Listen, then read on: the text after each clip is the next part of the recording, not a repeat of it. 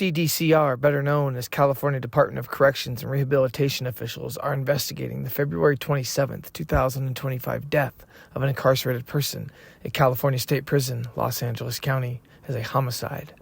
At 12:18 p.m., officers found Joshua Kerr, 41 years old, unresponsive in his cell with multiple stab wounds. Staff immediately began CPR and called 911 for medical assistance. However, he was pronounced dead at 12:36 p.m. by an institution doctor. On the surface, that just seems like another murder taking place at one of California's violent institutions. However, Joshua Kerr has a very violent history, including a murder that he committed within prison just 5 years ago. He's a well-known skinhead white supremacist gang member with ties to the Aryan Brotherhood, and today this channel is going to dive deep into Kerr's background, the previous murder that Kerr was involved in, and the overall violence that seems to plague California prison system as a whole. In particular, two prisons that we will be talking about are Old Folsom and the prison that Joshua Kerr was murdered at. A lesser-known one that is often not talked about, which is California State Prison, Los Angeles County. Please enjoy. And we begin with LA's largest takedown of an extremist group ever. Dozens of alleged members of a white supremacist gang based in the San Fernando Valley have been indicted. Good evening, everyone. I'm Annabelle Sedano. And I'm Robert Kovacek, and tonight for Colleen. Prosecutors say this group embraced anti-Semitic and racist ideologies. Investigative reporter Eric Leonard has more on the case for us and why police decide to take action today. Eric. Hi, Robert. Well, federal prosecutors used racketeering charges here to go after this group that's accused of being part of what amounts to the San Fernando Valley chapter of a notorious national white supremacist prison gang. The feds allege group members here did a bunch of typical organized crime things like selling fentanyl and meth, dealing in illegal guns, and committing bank fraud. But they say their larger motive was eventually to carry out violence against Jews and other minorities. This was one of the largest violent extremist takedowns in LA, this city's history. LAPD officers, FBI, and DEA agents served nearly 30 arrest warrants this morning, including this one at a motel in Sherman Oaks that targeted accused members of a San Fernando Valley white supremacist gang whose name we're not using as it itself is a slur.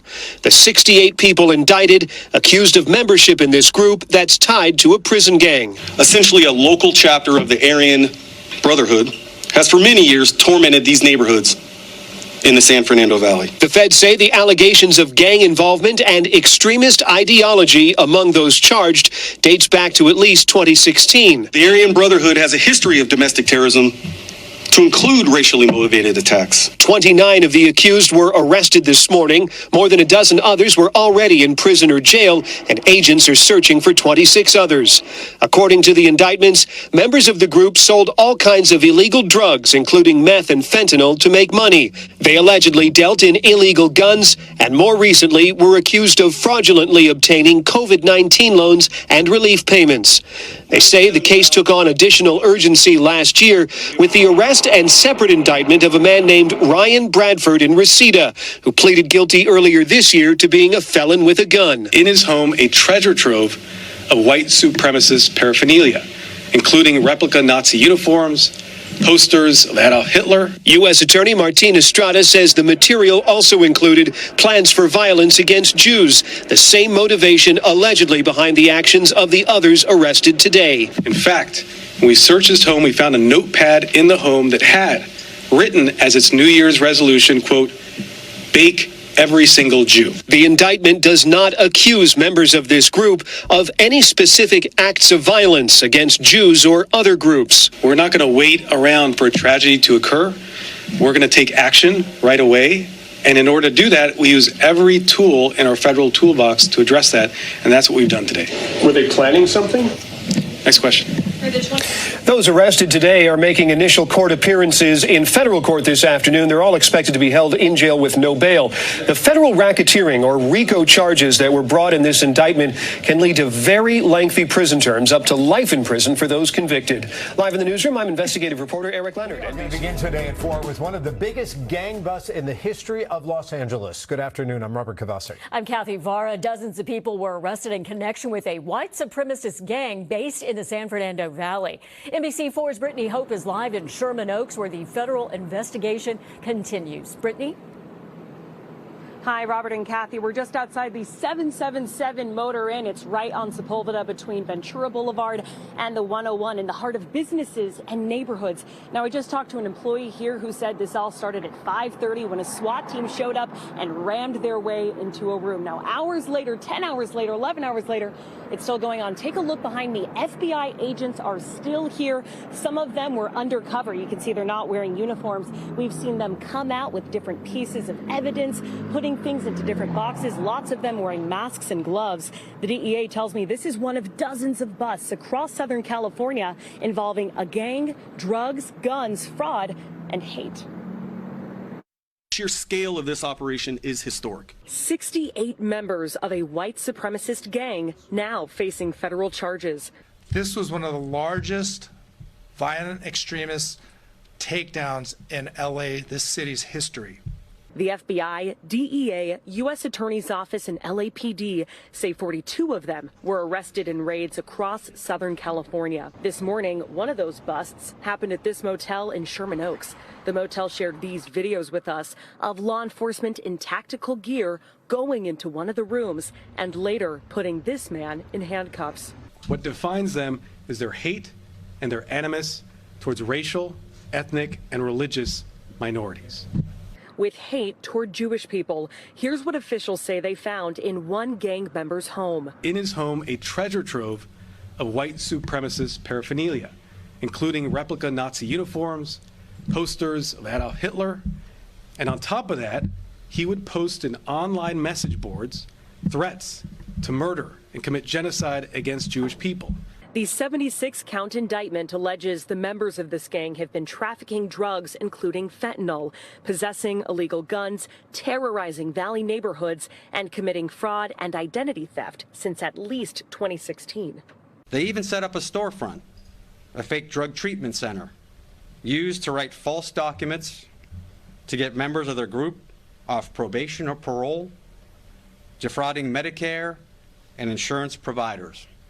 An operation going on for years in partnership with the Aryan Brotherhood prison gang. And then they will pay proceeds of this criminal activity to Aryan Brotherhood members incarcerated. This is known as a form of taxes. Authorities say the gang wanted to use all of the funds from their illegal doings to commit hate crimes and attacks toward different religious and ethnic groups, including members of the Jewish faith. And they believe this historic bust and what they took into custody 97 pounds of fentanyl will protect Angelenos. We will not sit back and wait for the next tragedy to occur. And the FBI still here again collecting evidence out of that room. Again, 68 people charged in this, 29 arrested just today. That leaves dozens of people who the FBI are now calling fugitives. And they say they need the community's help finding those people, learning more about this gang. So if you know anything, you are encouraged to call your local law enforcement. We're reporting in Sherman Oaks, Brittany Hope, NBC4 News. Locked down after a midday brawl at Old Folsom Prison. Several inmates are in the hospital tonight. The near riot is raising the question tonight, are there simply too many prisoners and too few guards to maintain control? KCRA3's Teo Terres is looking into the issue of overcrowding and the history of violence at that prison. But first, let's start with KCRA3's Pamela Wu, live on the scene where dozens of correctional officers and police clamped down earlier today.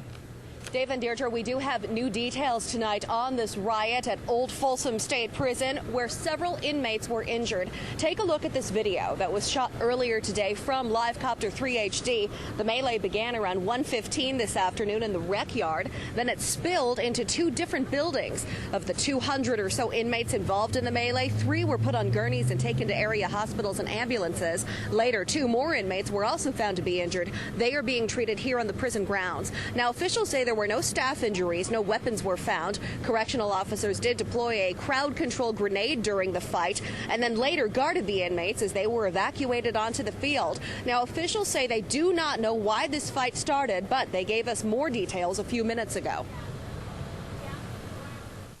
Your press release actually specifies here about 200 black and white inmates. Why is that? Is race an element?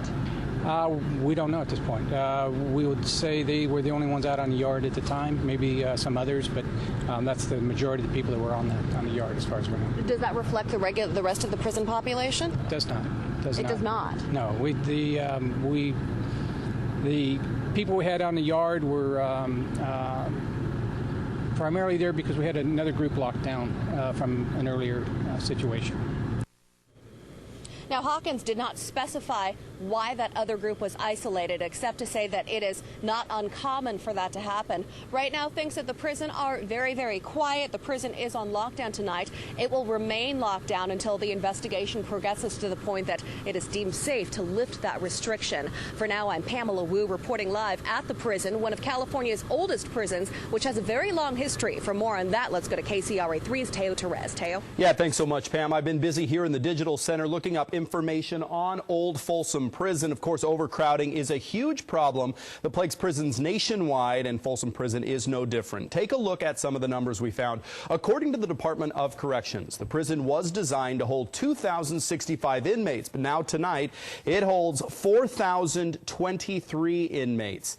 A huge jump there. According to the Commission on Safety and Abuse in America's Prisons, they study prison systems. Overcrowding can lead to destructive behavior and an increase in violence. That is according to their research. Now, while riots at Folsom Prison are not common, they are not rare either. You're looking at video of a riot in April of 2002 when 100 inmates, most of them gang members, rioted. Another riot occurred in July of 2004 involving 40 inmates, and the latest riot, before the one today, happened in February of this year involving more than 200 inmates. In all of these incidents, multiple inmates were injured. It is very rare for one of those guards to be injured. Deirdre? State prison officials are investigating after they say an inmate was attacked and killed by several other inmates. This happened yesterday morning at California State Prison, Sacramento. Officials say Camilo Banas Lopez was attacked in the recreation area by 4 other inmates. He was taken to the health care facility at the prison where he later died. Officers say they found 2 inmate-made weapons, but didn't say what kind they were or if they were used in the attack. A homicide investigation is underway right now at the California State Prison in Folsom. Authorities say 2 inmates, Anthony Rodriguez and Cody Taylor, attacked another inmate in a housing unit yesterday. Officers used foam baton rounds to stop the attack. They say a weapon was recovered. And more breaking news now. 4 correctional officers assaulted at Folsom State Prison. KCRA3's Tom Duhane is live at the prison. Tom, how badly are those officers injured? Well, fortunately, the injuries here, we're told, are minor. It happened just after noon today inside the B block yard, which is right behind us inside the prison. Take a look at some video we shot inside New Folsom last week. This is a maximum security prison. The guards had just released prisoners into the yard when they were suddenly attacked. We're told this was very quick and quickly over as other officers responded with pepper spray to break up the assault. Here now, a prison spokesman with more on how the 4 men were attacked. They were just punched, basically punched and kicked that we know of. One weapon was found at the scene of the incident. However, at this time, we do not know if that weapon was used during the assault. And how about the condition of the officers? All the officers were transported. 4 officers were assaulted. They were all transported to a local hospital. They were treated, and then they were subsequently released after treatment. And back here at New Folsom, we're told that officers have no idea what caused the attack, but they do say that the B housing and yard, which includes housing for about 400 maximum security prisoners, is now in lockdown during investigation. Reporting live in Folsom, Tom Duhane, KC. Ordering killings and smuggling drugs into California prisons. That's what the feds say the members of the Aryan Brotherhood are doing. They charged 16 members with running an extensive criminal enterprise today. The charges detail 5 murders and accuse an attorney of helping smuggle drugs and cell phones.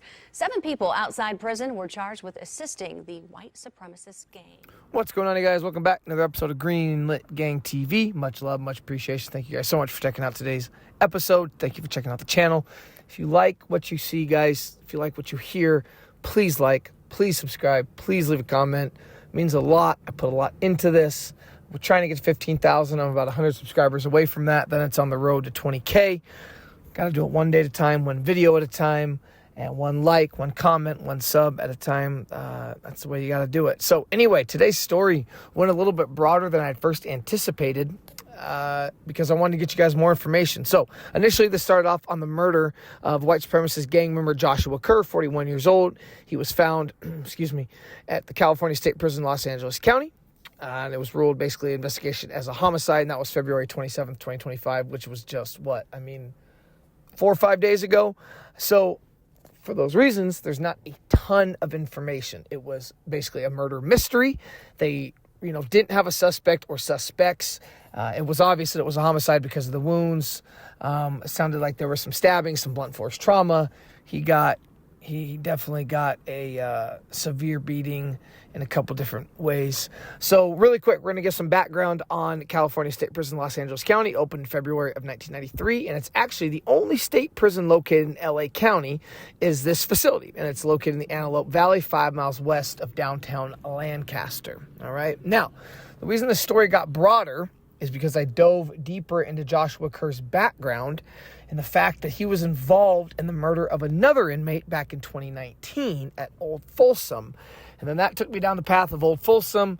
And we all kind of know how violent California prisons are. We talked about it a little bit in the last video with Calipatria State Prison. But man, sometimes even when I go into the research and I start looking up videos, that's why I put these different videos up. I put the video up of the nurse being attacked. And again, I don't care about how recent or how old. All of this ties into the violence that continues to plague our prison systems, and in particular states like California, because of the racial tension, because of the gang tensions, because of severe understaffing, severe overcrowding. And I'll be honest, and I blame Governor Newsom for a lot of it, this new way of, no more. You do something wrong, there's a consequence. It's not that anymore. It's, you know what? We need to help rehabilitate these guys. We need the worst of the worst. No, we don't need to separate them. We need to try to find out what's wrong, and we need to play Connect 4 and Monopoly with them. No, that's not going to work. I'm going to stab you with the Monopoly piece, man. So anyway, back to Joshua Kerr, his history, the murder that basically Joshua Kerr was sentenced to almost 20 years initially. All right, we're going to get into the specifics of that in a minute. And then his sentence from his initial sentence was extended twice for acts that he committed while locked up. So we're going to be reading from about 3 different articles here. All right. And we're going to be mainly talking about California State Prison, Los Angeles County, and Old Folsom. Now, really quick, back to the California State Prison, Los Angeles County. It occupies the southern half of a square mile block and was designed, now check this out, what we just said about severe overcrowding. It was designed to hold 2,300 inmates, but it houses around 3,400 to 3,500. Okay. The northwest corner of the square mile block has the Mira Loma Detention Center, a Los Angeles County facility that was used to hold immigration detainees, or for ICE, and that closed in 2012. All right. Now, Old Folsom, which we're going to get to also in this, that opened in 1880. And that's a really fascinating prison. It's got the infamous, notorious-looking guard tower when you pull in. I put a couple pictures up of that.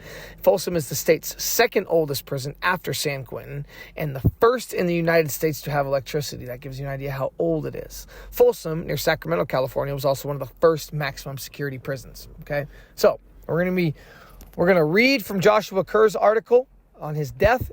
We're actually going back in time to give you some context of how Kerr got to where he's at, what led up to his death. I put those news articles in there just to give you an idea, because obviously in Kerr's picture, you see the 1488 tattooed, okay? That is a white supremacist tattoo through and through, ties to the Aryan Brotherhood. There's some different thoughts. There's some different theories on who killed Kerr.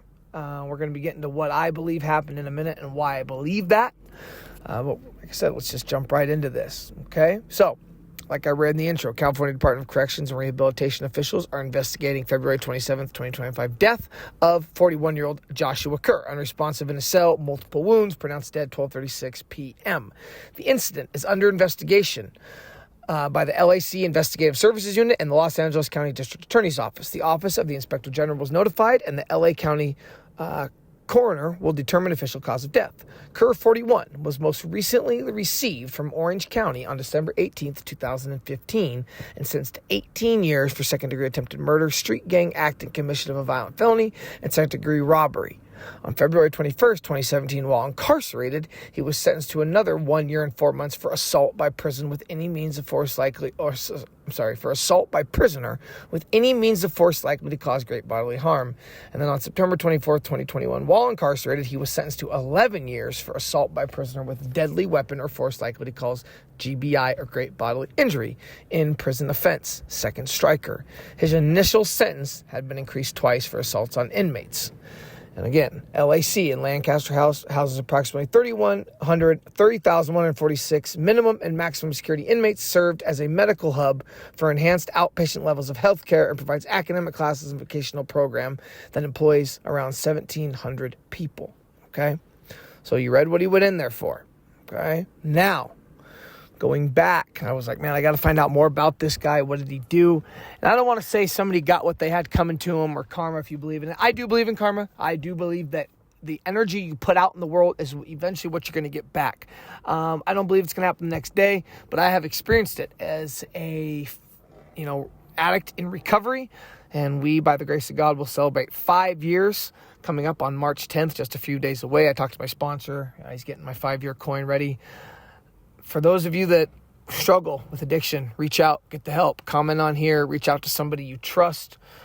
If you don't know anybody, Google. Take your phone, Google an AA meeting. Just go sit down and listen, man. Give yourself a shot. You deserve it. We're all worth it. We all deserve a shot in life. It's never too late, whether you're 20 years old, whether you're 50 years old, whether you're 70 years old, male or female. It's never, ever too late to ask for help. Seriously, guys, I was a severe heroin addict. I started with pain pills, moved on to heroin, got introduced to Xanax, would go on these blackouts, cocaine, methamphetamine, started getting arrested, started getting in a lot of trouble, and it absolutely ate me alive, and I felt myself burying myself alive with legal problems, outpatients, inpatients. And if you're listening to me say this right now and you've experienced this, you know those feelings, you know what I'm talking about.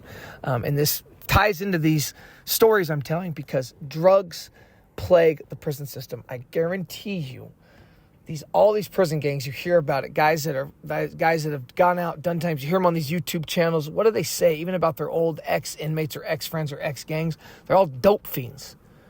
95% of them are dope fiends, and a very high percentage of people in prison are there for something related to narcotics, for something related to drugs. So before we dive into this any further, I just wanted to say that you guys are worth it. And karma is a thing. When I was doing people wrong, when I was hurting others, eventually that stuff came back around. And I 100% do believe in it. So, Joshua Kerr, he gets murdered February 27th, 2025. Well, back on May 30th in 2019 in Old Folsom, that's why we brought up Old Folsom, he, along with another inmate, murdered a fellow inmate. All right? So we're going to read from that article. May 30th, 2019, Folsom, California. An inmate who died last Thursday after a fight at California State Prison, Sacramento, has been identified. 63-year-old Charles Anthony Ross died Thursday afternoon following a fight with at least 2 other inmates in the Folsom Prison's exercise yard, according to the Sacramento County Coroner's Office in an earlier news release by California Department of Corrections and Rehabilitation. The death is being investigated as a homicide, authorities said. Ross was stabbed with an inmate-made device, according to the news release. Life-saving measures were unsuccessful, and Ross died at 2:34 p.m., according to the release. Officers had to use pepper spray and a blast grenade to break up the fight between the 3 men. We talked about that in the last video. The pepper spray and that stuff, man, if they are trying to kill you, pepper spray is not going to stop it. The blast grenade, to me, is the reason that this fight stopped. Last week, news release said the victim was serving a life sentence, Charles Anthony Ross, without the possibility of parole. Details regarding Ross's conviction could not be immediately found, and Ross was no longer listed in the Corrections Department inmates database. Ross was also serving a life sentence without the possibility of parole. So I found out, I just reread that again because I found out kind of what exactly he was convicted of. He was convicted in 1997 for first-degree murder and second-degree robbery in Riverside County. Ross was seen by correctional officers in a fight in the exercise yard at around 2:15 p.m. on May 30th, 2019. The 2 other inmates were identified in last week's news release as who was Joshua Kerr. At this point, he was only 35. And 28-year-old Nicholas Mangelli, who we're going to talk about in a second as well. That guy's got quite the history. Kerr, who received from Orange County, is serving a 22-year sentence for attempted second-degree murder with an extra time for street gang activity and second-degree robbery. Mangelli, from Sacramento County, is serving a life sentence without the possibility of parole for first-degree murder. So, yeah, okay. So I just found that fascinating, and why I wanted to do this story is that Joshua Kerr, 35 years old, murders a fellow inmate, putting in work for his white supremacist gang, and he finds himself on the other end of that knife or the end of that beating just a few years later. So, Mangelli, though, man, I had to dive into him. I put some pictures of him up. I found him on a page, and the timeline kind of matches up, so it was kind of like this music page, underground artist page from early in 2014, and he actually got locked up for 2014 for his initial murder. But that's him. He's part of like a rap group. That is absolutely him, and the ages and the timeline matches up. So I put that picture up for you guys, man. I'm doing research, guys. I'm doing my best. I'm diving deeper. I'm learning as I go on all of this, but I really hope you guys are noticing that I'm trying to do more and more, and not just giving you guys a really vanilla delivery or a basic delivery. I'm spending time on this stuff, reading through appeals, really, really doing it. So I dove deeper into Nicholas Mangelli. Okay, what did he do? I want to know specifics of his case, and man, he's got some crazy details. So more info. This is a different article. One of the inmates reportedly involved in a deadly fight last week at California State Prison Sacramento, or at Old Folsom, was sent to prison in 2014, serving a life sentence for the murder of a wounded Iraq war veteran whom he stabbed 74 times in a meth-induced robbery. The CDCR, California Department of Corrections and Rehabilitation, identified Nicholas Mangelli, 28, as being involved in a fight Thursday night at the prison's exercise yard, during which Charles Anthony Ross, 63, was fatally stabbed with an inmate-made device.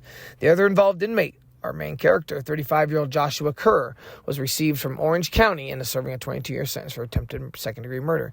Mangelli was sentenced to life in prison without the possibility of parole in February 2014, 1 month after pleading guilty in Sacramento County Superior Court to stabbing his friend during a drug-hazed attack and a robbery in February 2012, as the Bee reported after his plea. That's the Sacramento Bee. Mangelli, 23 at the time, said he had methamphetamine, opium, and ecstasy in his system, telling a judge, quote, he went ballistic before stabbing a man whom he considered his friend for a total of what he thought was 35 times in the victim's Citrus Heights home. An autopsy confirmed he actually stabbed the victim 74 times. The victim, Michael Allen Cole, was a 26-year-old veteran of the Iraq War who served with the Marines and whom in 2006 was severely injured in an explosion. Cole reportedly showed Mangelli a safe full of valuables, including a collection of swords and knives. Mangelli said he grabbed a small blade, or quote, small little blade, from the safe and stabbed Cole to death. Then stole Cole's video games and video game consoles to sell them, oh my God, for drug money. He told Citrus Heights detectives, according to testimony read in court. Mangelli even called himself sick and twisted in an interview with law enforcement. Court transcripts show Ross was fatally stabbed at around 2:15. That's going back to the inmate attack that him and Kerr pulled off Thursday during a fight involving Mangelli and Kerr, according to an update. Corrections Department news release on Monday. Mangelli and Kerr are considered suspects in the homicide. Okay, so there's the background on this. Now, watching through a channel I referred to that you need to watch. This guy's awesome. His name's Hector Bravo. He's the one that put me on to Joshua Kerr. He's obviously a white supremacist. He's obviously got ties to the Aryan Brotherhood. He, because of other incidents that have happened here recently, he kind of is he's kind of the thought that the Aryan Brotherhood took out one of their own in Joshua Kerr. Now, I cannot say that he is a full-fledged member, but a lot of these guys, you don't have to be. If you're an associate, if you're tied into a gang that's under their umbrella, you know, you've got ties with them. But from all accounts, Joshua Kerr was one of those guys that put in a lot of work, as seen by the Charles Ross murder, other attacks that had gone on in prison. Like I said, he got his sentence extended twice from his initial sentence. So, yeah, this is a guy that has done a lot of work for his gang, for his affiliations, and he winds up dead in his cell. You know, maybe it was another race, maybe it was another gang, but from what Hector Bravo said, who's a 20-some-year veteran of the CDCR, a prison guard, I think he was at Sentinella, and it makes sense. This is something that the Aryan Brotherhood or one of their affiliates pulled off.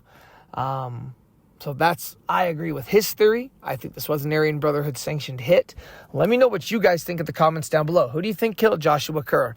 Also, I want to know one last thing. Do you believe in karma? That is the big question. Do you believe in karma?